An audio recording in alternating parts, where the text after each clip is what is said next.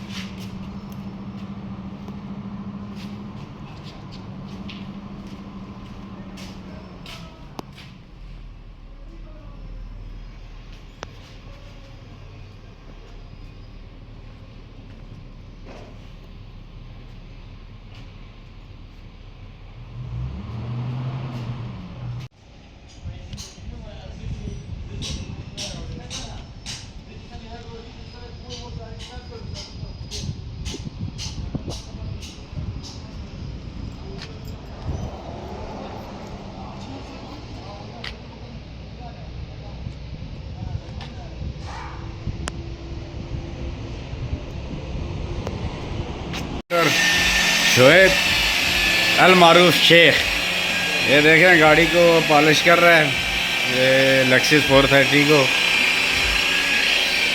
ये देखें जी, शेख ने ये गाड़ी कलर की है। ये गाड़ी मैंने ली है और इसको अभी कलर कर रहा है शेख, और ये पॉलिश कर रहा है। ये है शोएब अल मारूफ, शोएब पेंटर अल मारूफ शेख।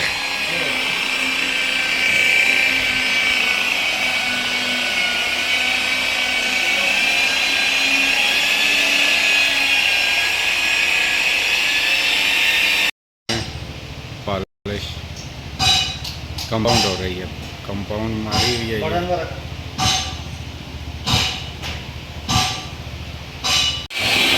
हमारे नासिर भाई, नासिर उर्फ जानी, देखें पॉलिश कर रहे हैं जी, गाड़ी को कंपाउंड लगा रहे हैं और ये ग्राइंडर कर रहे हैं गाड़ी को।